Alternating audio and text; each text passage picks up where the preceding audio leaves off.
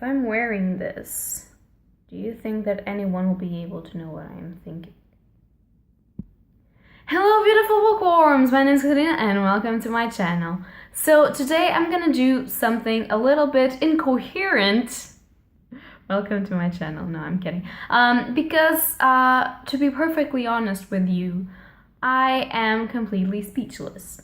And so this is how it's gonna go with this book. But basically I'm trying to explain what I'm going to do in this video. What I'm going to do is just give you a small non-spoiler review of the book that I will proceed to talk about and that you have obviously seen in the description or in the title box what it is, so suspense, why? But then I'm gonna try and share some of my thoughts about it, but I can't really share that much. First of all, because this book really impacted me in a way that I can't really describe, and second of all, because if I were to talk about everything that I want to talk about this book, I would probably be here for half an hour and you guys don't have time for that, and I also have stuff to do, so I decided that I was going to mix my own thoughts with my book review, try to be non-spoiler at the most, and basically just talk about this because I have to talk about this book.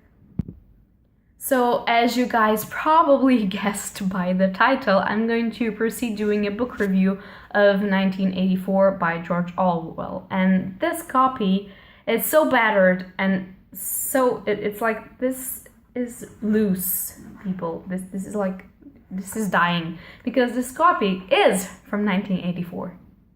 It's my mom's copy, and this was really creepy because in here you have the date where she started reading this, which was in July 1984.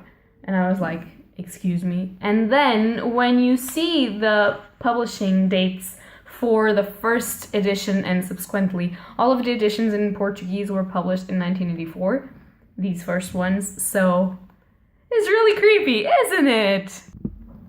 So, as I was saying, 1984 by George Orwell. So, I just want to say that, first of all, this book impacted me so much. And I finished this and I just stared at a wall for like 5 minutes and I was like, the fuck did I just read? Because this is just so messed up. And this for me was more of a horror book than a lot of horror books that I read because this was so messed up. And it was so close to real life that I kind of got scared a little bit, like those shivers twinkling on your spine kind of thing, like you're identifying with the creepy stuff and you know that this is creepy, but you still read it because you have a morbid fascination for what is going on, that kind of thing. That was how I was reading this. It was really morbid fascination all over it. It's just so creepy. But I am just going to start from the beginning, tell you a little bit of a synopsis about this book, and then ramble for like 2 minutes and finish this video because I am still without words for this. Like this for me was just so impactful that I'm really gonna go and search for other oral books so that I can just,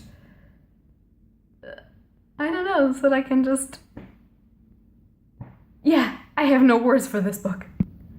So I put the book down because this copy is so battered that I swear to God, if I still hold it on my hand, it'll be crumbling to dust because it's really, I had to read it totally inside of this house. I couldn't take it anywhere with me because I knew that if I put it in my bag, it would die. And I love this copy for all of the symbolism that the 1984 year represents. I don't want this copy to die. So I decided to put it down and let's talk business. So the premise of this book is really simple. We are following this guy called Winston Smith, I believe, and he's a guy like everyone else in the whole wide world, like me, like you, like everybody. He's just a guy, okay? And the question is, we're following him because he's a member of this party that supposedly rules this country, because obviously this book is a dystopian. If you don't know, it's a classic dystopian, and it kind of predicts the state of modern society, which is kind of creepy because this was written in 1949, I believe. So this is really creepy, the way it adapts itself to our society, which once again predicts that we don't learn anything from the mistakes that we do in the past. But whatever. So, as I was saying, this is a classic dystopian novel, and what happens in this is that it represents the future in a totalitarian state, which means that everything is controlled, including your thoughts, everything is monitored, including your facial expressions, and everything that you say or think is controlled by someone or something. Okay, so this, first of all, this premise is just really creepy because I am used to say all the shit that comes out of my mouth.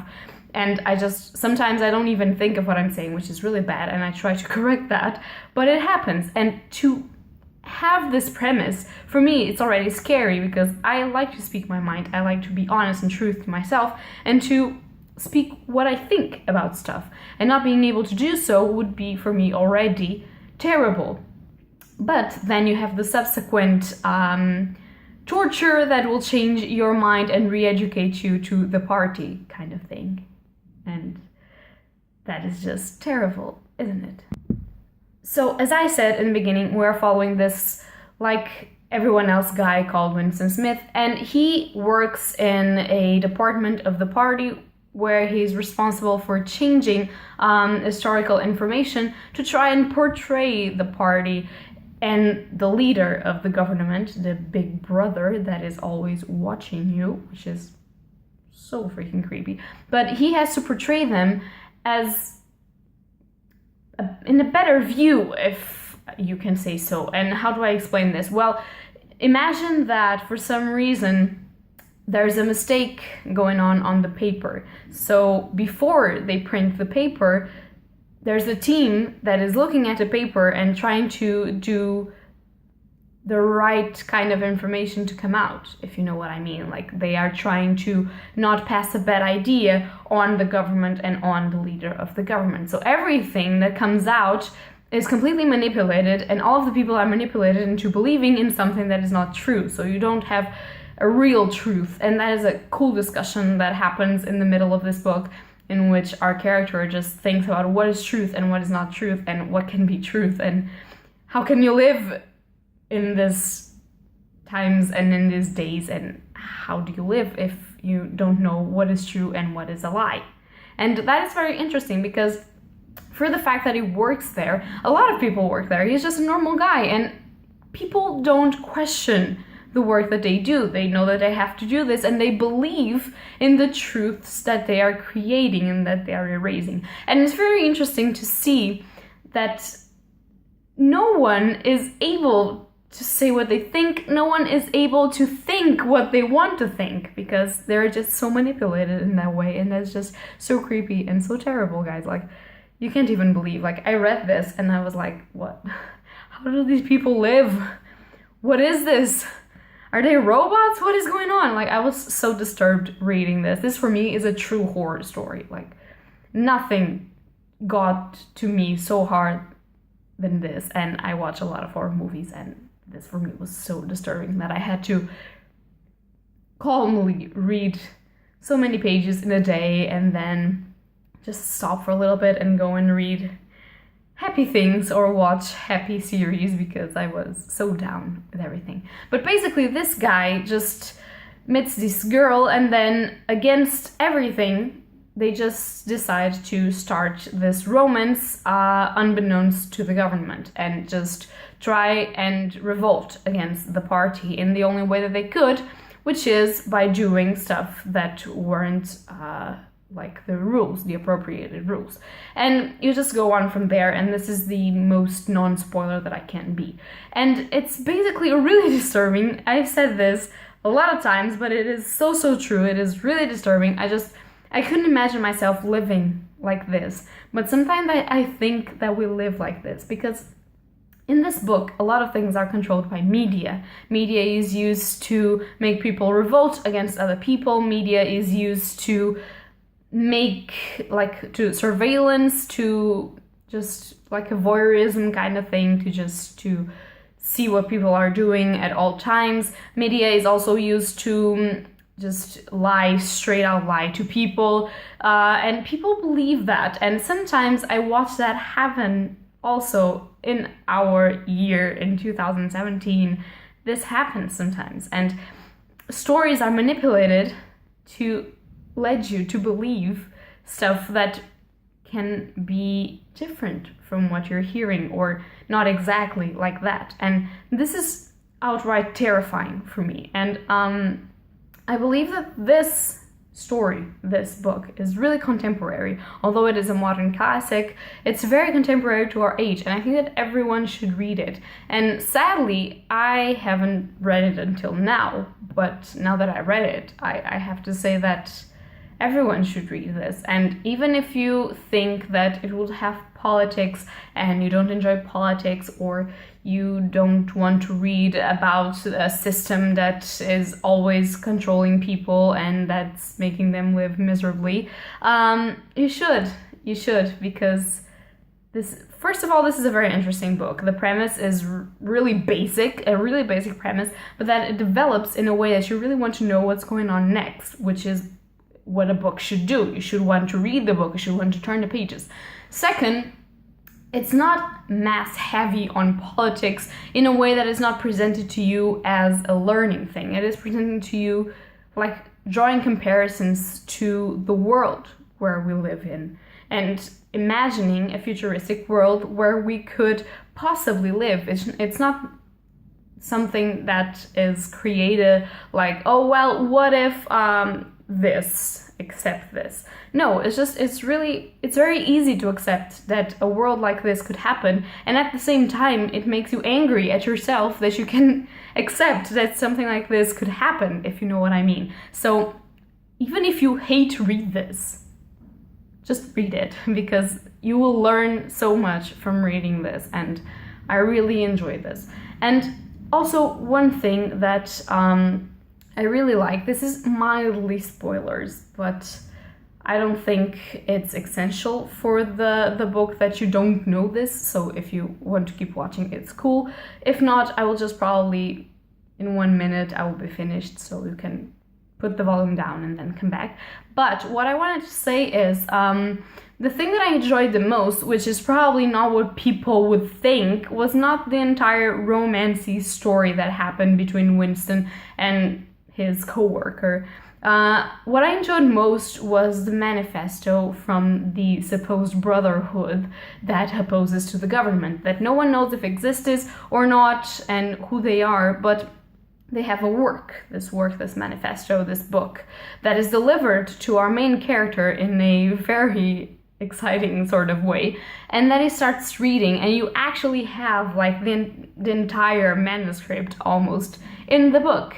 And for most people it will be like, why am I reading this shit, because this is politics all over again, and this is society, and why do I want to read this? I just want to know how the book ends. But for me, it was the coolest part of the story. Like, for real, it was the coolest part of the story. I loved reading, and it was a morbid fascination. I was reading that and I was thinking, this makes sense. Sadly, this makes sense. And if someone actually remembered to put this in a practical mode, we would all be a terrible society where no one could speak their minds and think, and would all be guided as sheep by one figure.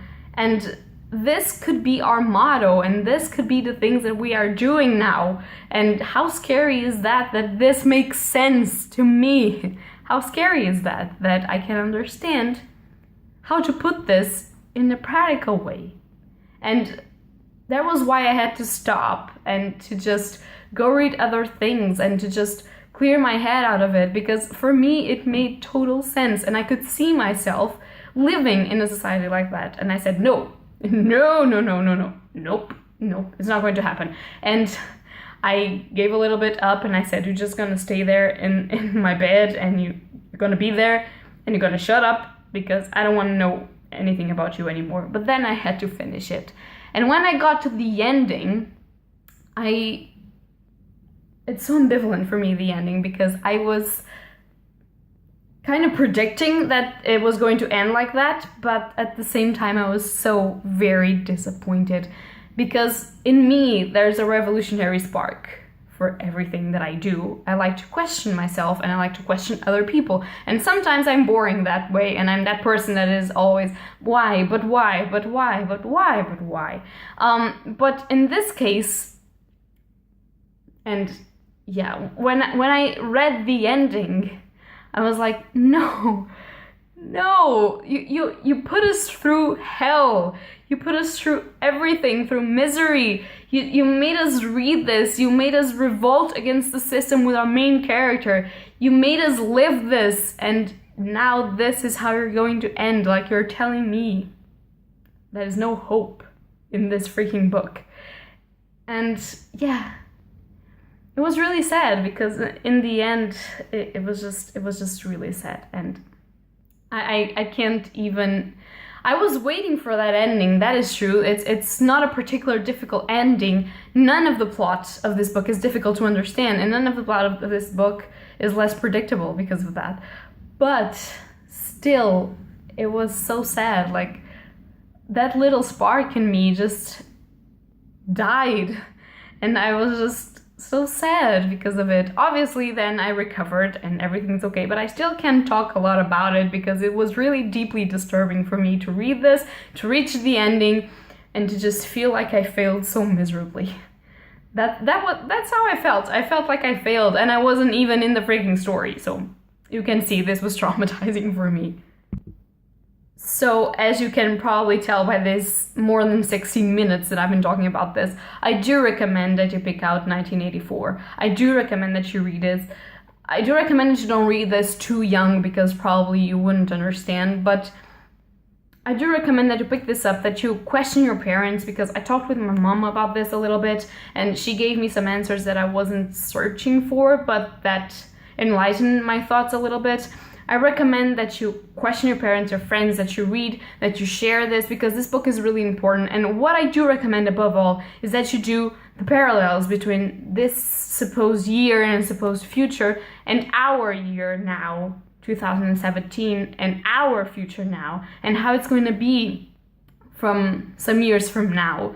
And that you read carefully and do those parallels and understand those parallels and try and change the way that things happened here so that they don't repeat themselves in our countries and in our lives.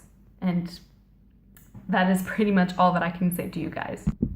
So I hope you guys enjoyed this video. If you like it, leave a like or subscribe. I would really love if you want to discuss this book with me in the comments down below, because I have so many ideas and so many things to say about this book that I can't even say to myself, and it's really hard to just speak on a video about this, because this book is really hard in a way to just portray your feelings about it, although it's not very hard to read. So I would love if you guys comment if you've read this book, if you haven't, and if you want to read it, or if you've read it, what you think about it, and what conclusions do you draw from it, because yeah, mine can be different from yours, and I would love to hear what you have to say about this.